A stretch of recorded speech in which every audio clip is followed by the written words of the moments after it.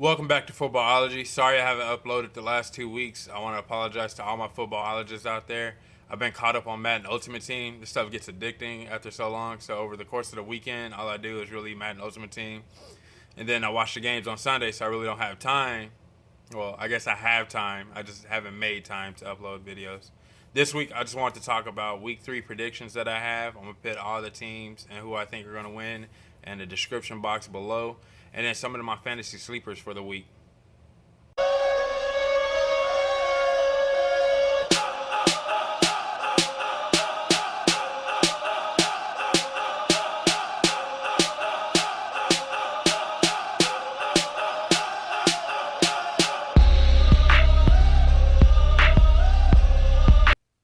One of my sleepers this week, I guess he's really not a sleeper, is TJ Yeldon. I've heard a lot of people talk about him. I'm high on him personally.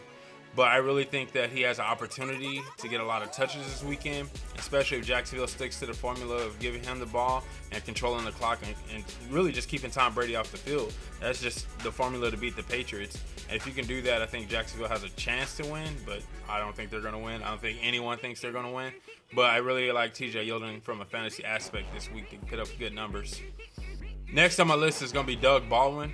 I like his opportunity that he's going to have against the Chicago defense. The Chicago defense just hasn't been Chicago's defense in quite some time now. But Seattle's going to come out with the intent to kill. No pun intended. Hopefully, nothing like that.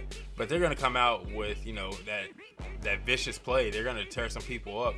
And I really think Doug Baldwin's going to be in the mix of things for a PPR standpoint.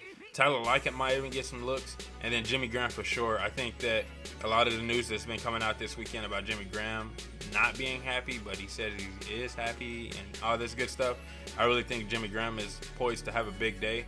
So Doug Baldwin and Jimmy Graham, and just really, in my opinion, the passing attack for the Seattle Seahawks, they're going to take advantage of this weak Chicago's defense, and they're just going to air it out a lot. I mean, we might see Marshawn Lynch here and there sprinkled in, but I think we're going to see a lot of passing from the Seattle Seahawks, something we're not used to seeing. The next guy on my list is a sleeper. I dug deep for this guy just because I'm playing DraftKings this week, and I really needed a tight end. But I'm going with Brandon Myers, the tight end for the Tampa Bay Buccaneers. And the reason why I'm going with him, A, he's going against the Houston Texans. And Houston has had some troubles with the tight end position for the last 2 weeks. And then B, Jameis Winston has shown that he really likes his tight end, even in the college game, and now coming to the pro game. We've seen what he did with Austin Seferian-Jenkins. I think he's going to not so much have that same connection. He might try to get Mike Evans more in the mix. That might be the game plan this week.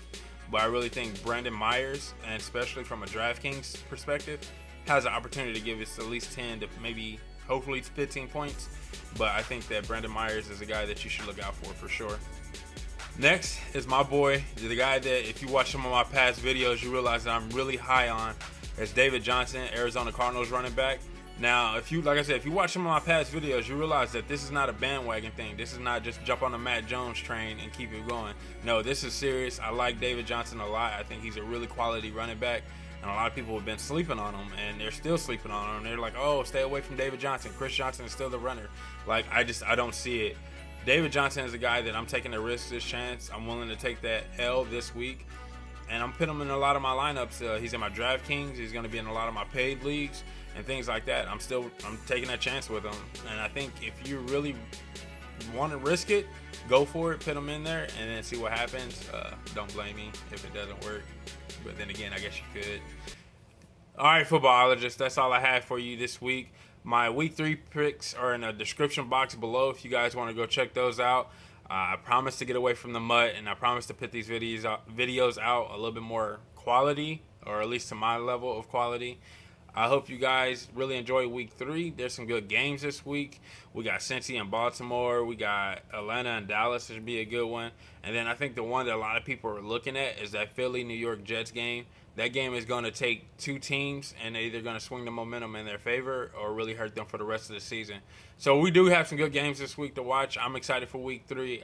It's so hard for me to sleep on Saturday nights because I'm so anticipating on Sundays, and I'm ready to watch NFL Red Zone. You guys should definitely check that out. It's worth watching. So, yeah, subscribe to Footballology. If you're not a footballologist yet, I don't know why not. Just go ahead and subscribe. I'll see you guys next week. Deuces, football fans.